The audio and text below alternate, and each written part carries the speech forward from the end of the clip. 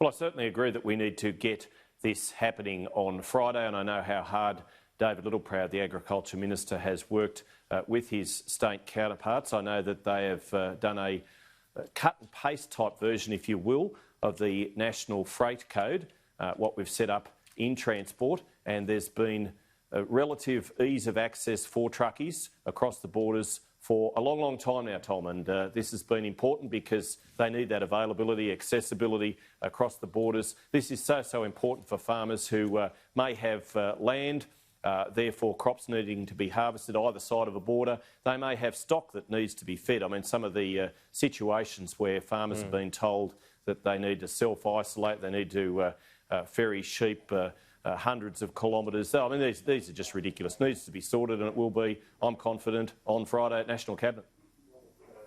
It will be. So you're calling that because for a lot of these farmers, the issues are coming right now in terms of making sure they don't lose out.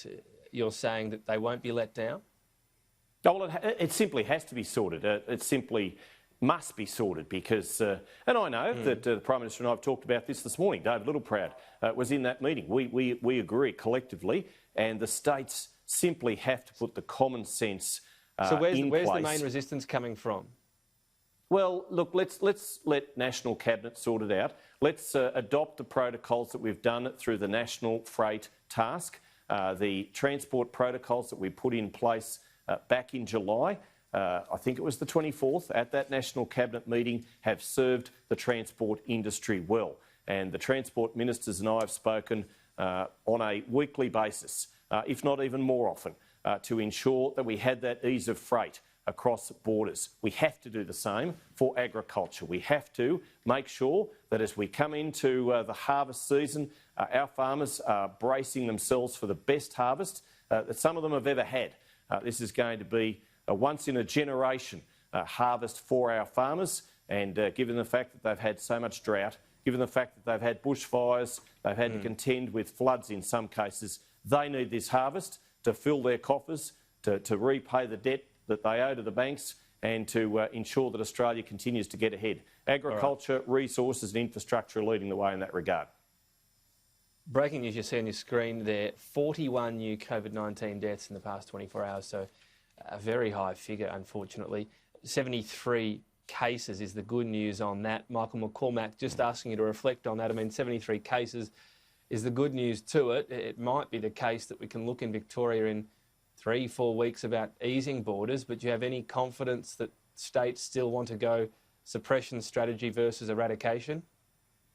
Well, states will do what they need to do. The quarantining component is absolutely vital, and it's also important that people continue to do the right thing. If asked, make sure that they stay in self-isolation. They need to still obey the social distancing rules. Those physical distancing rules are so important, whether you're at the beach, whether you're at community events, and I appreciate in Melbourne it is in lockdown. They're locked up for 23 or 24 hours. And that is hard. I've got a daughter who lives down there. I know how difficult it is for her. She's a school teacher. But we need to make sure that as best we can, that we get through this. Of course, the weather's getting warmer. Tomorrow's the 1st of spring, and so people are going to be wanting to be outdoors. With Christmas just around the corner, people are going to want to get back to their families. Well, they'll be able to do that if everyone follows the rules and everybody obeys it, and hopefully we'll get these cases continuing on a downward trajectory. And of course, it's very, very sad that people are dying from this. But what we're doing here in Australia, compared to the rest of the world, we're still doing very, very well. But of course, it's not enough to just say that. We must continue to do so. But what happens? I mean, the government's pushing this traffic light system, clear rules in place that decide hotspots, meaning borders are not closed or open arbitrarily. If the states just refuse to play ball, does the federal government have a place eventually where they need to intervene?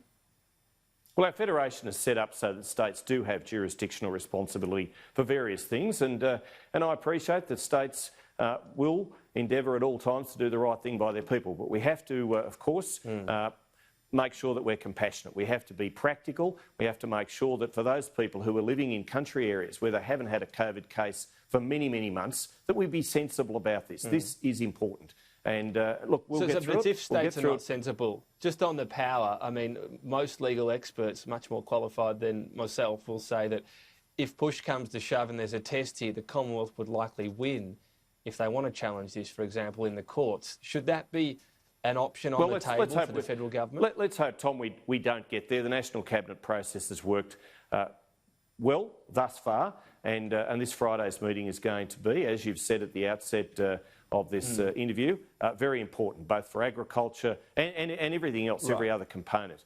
And we need to make sure that situations... I mean, when you look we need to make sure that situations with... Yeah. With the health situation last week, that it just doesn't happen again. Putting up borders even to South Australia. I mean, it doesn't appear to be anything via the rest of the view, and particularly the federal government's view on borders. So should the option of that challenge of using Commonwealth power remain on the table for the federal government? Well, I suppose everything is on the table, but what we want to do as premiers to make that determination, that decision, also based on their economic outcomes. Of course, health has got to come first, and we'll all pay attention to the medical experts. You, me, premiers, Prime Minister, everyone. But what we need to do also is make sure that we don't continue to smash our economy for no good reason. What we want to make sure is we get planes back in the air. Planes in the air means jobs on the ground. It means the tourism industry can recover. It means that practical measures are put in place as far as agriculture is concerned, certainly with the summer harvest just around the corner. It means that people can have that ease of movement. Borders as in school borders can continue to, or can actually do their VCE, do their HSC with the full knowledge that sensible outcomes are going to be achieved. I just want to ask finally as well about Aussies returning back home. Some reports they're being forced to pay, or in some cases they simply can't afford, tens of thousands of dollars for a flight because airlines are cancelling economy fares and sticking people or offering business or first class seats only. Is there anything you can do as Minister to stop this happening? Well, we're working with the airlines, we're working with DFAT. I'd encourage anybody who does want to come home, they were encouraged, implored even, to do so back in March. And I realise for some personal circumstances, many of them would have been unable to do so back in the intervening months. But what we want for those people is to, obviously, if they want to be able to get home, if they need to be able to get home, then they can do so at an affordable cost. We're certainly looking at that. We're talking with DFAT. I'd encourage those people. I know a Qantas or Virgin, for example, engaging in that behaviour?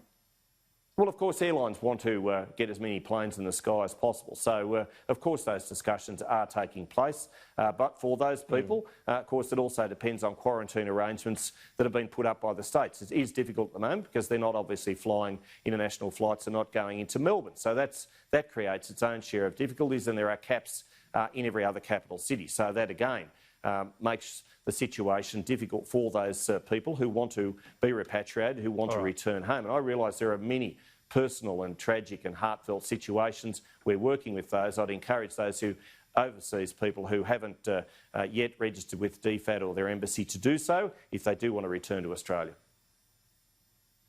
But just finally, I know we're out of time, but do you know if Qantas or Virgin are engaging in that type of practice around cost of seats and cancelling economies?